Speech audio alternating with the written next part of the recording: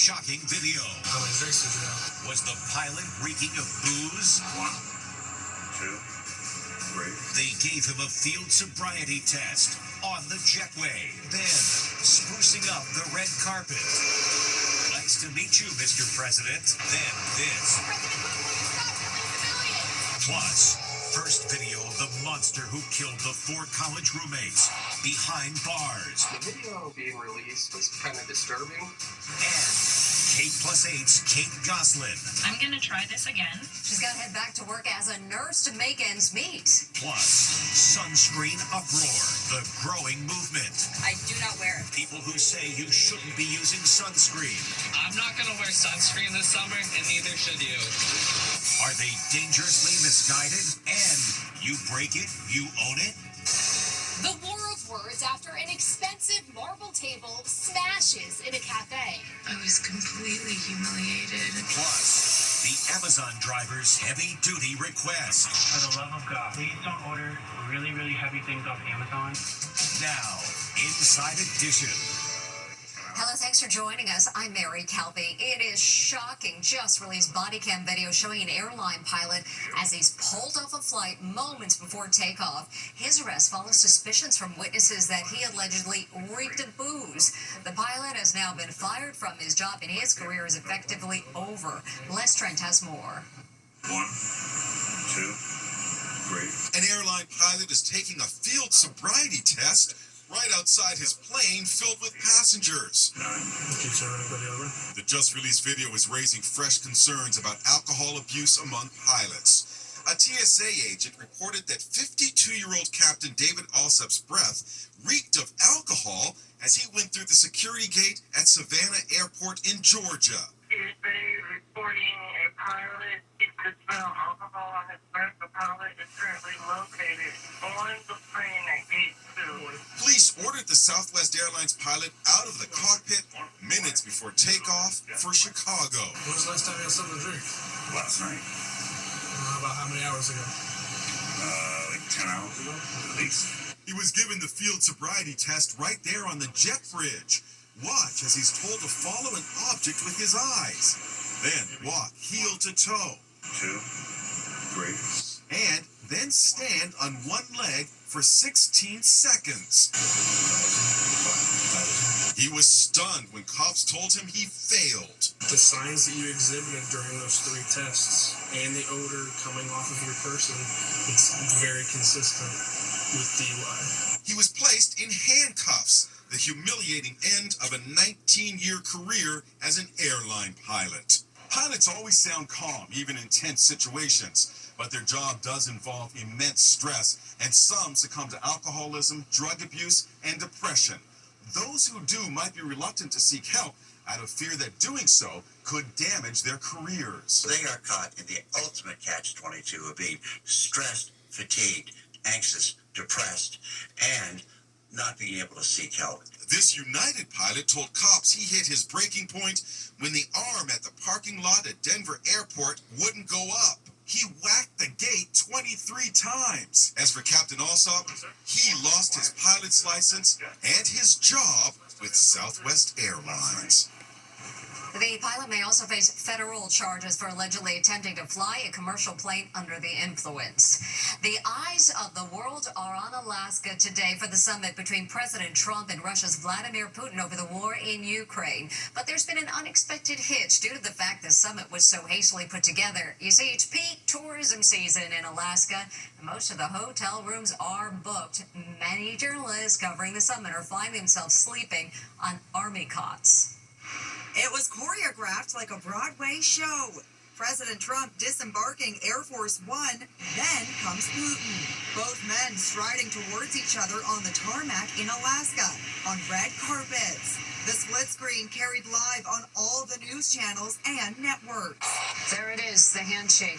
A truly historic meeting with no detail left to chance. When they reached the podium to pose for the world's press, there were some tough questions for Russia's dictator. President Putin, will you agree to a ceasefire? President Putin, will you stop killing civilians? He pointed to his ear and shrugged as if he couldn't hear. Then the two leaders climbed into the Beast to drive to one of the most consequential summits of our time.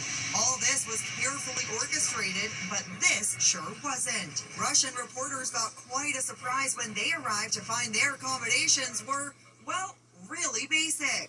What? Army cots separated by flimsy curtains in a hockey arena on the campus of the University of Alaska. They have to shower in the locker rooms. The conditions here are Spartan, one reporter says, and that's from a Russian. Everyone has one pillow and one towel. And to add insult to injury, they didn't exactly get a warm welcome to the US of A. They were greeted at the airport by protesters waving Ukrainian flags. President Trump departed Washington shortly after sunrise Friday morning for the almost 8-hour flight to Anchorage. What will make a success of this summit today? I can't tell you that. I don't know.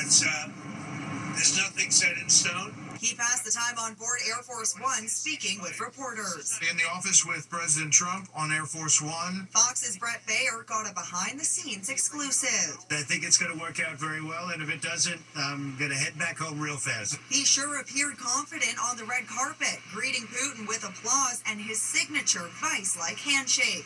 But his slickest move, a flyover by a B-2 bomber. Even Putin seemed impressed.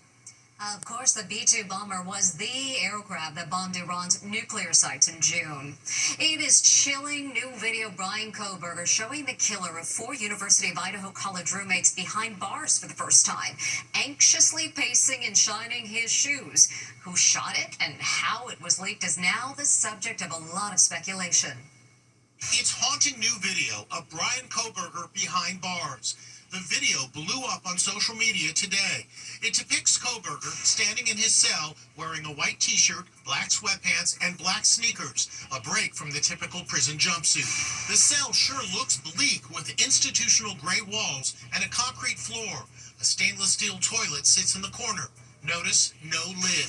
A small mirror is bolted to the wall. In the video, he can be seen cleaning a black shoe with a wipe. And what's he staring at? He seems to be watching a small TV, positioned inside a protective cage. Eagle-eyed observers are also pointing out that his hands appear to be red, which may or may not be a result of his known obsessive-compulsive disorder and washing his hands dozens of times a day. It's not known what cell the video was taken in. Since his arrest in 2022, Kohberger has been incarcerated in 4 correctional facilities before being sent to the Idaho Maximum Security Institution, where he will spend the rest of his life. Yesterday, Inside Edition reported that Kohberger is being tormented at the state prison with non-stop taunts from the other inmates. So who shot the video? Kevin Corson is a bail bondsman and expert on the Idaho prison system. This video is no doubt released by an employee of the facility. There's no other way that could have got out. The Idaho Department of Corrections tells Inside Edition that it cannot verify the video, but they are investigating, and if the video turns out to be real, it is a clear violation of policy, and those responsible will be held accountable. We haven't seen a lot recently of reality TV personality Kate Gosselin, the star of Kate+8, about the challenges of raising 8 kids, including a set of sextuplets as a single mom.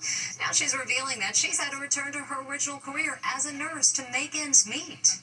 It's reality TV star Kate Gosselin in the kitchen, loading the dishwasher and unloading about her new life. She's back to work as a nurse. Today was a very busy day. It was another 12-hour day. She's revealed to her fans on TikTok that she's working as a pediatric home care nurse. It's been actually a really rewarding and fun job to come in and relieve a family of their medically challenged child. It's a far cry from her fame in John and Kate +8. Then Kate +8 when she and John divorced. And she also took a spin on Dancing with the Stars. Get ready with me to go to work. Now lots of her fans are wondering why after such fame is she working 12-hour days as a nurse. Honestly, providing for 8 kids, college funds, which I am proud to say covered all of their college and more, and lawyers. She needed lawyers because of her split from John in 2009. Sickening, but I was dragged into court constantly, and that costs a ton. Sad because my kids could have a lot more saved, and I could have a retirement saved if it weren't for lawyers. So now I work again tomorrow morning, so I have to get my dishes loaded into the dishwasher, get my dishwasher running, and so I can go to bed. And get up early and do it all over again. Sadly, she's facing a split in her family. She recently posted this photo with 4 of her children on their 21st birthday. But the other 2 siblings, Hannah and Colin, celebrated with their dad. Happy birthday to y'all. They've been estranged from their mom and siblings for 7 years. Was it hard not to be there? It was upsetting to see. I miss them a lot. But happy they got to celebrate and that they were happy. John is set to marry his fiancée, Stephanie. I would love to have all my children at my wedding. Hannah and Colin are both in my wedding. It would be the icing on the cake for me. John Gosselin tells us he's getting married in November.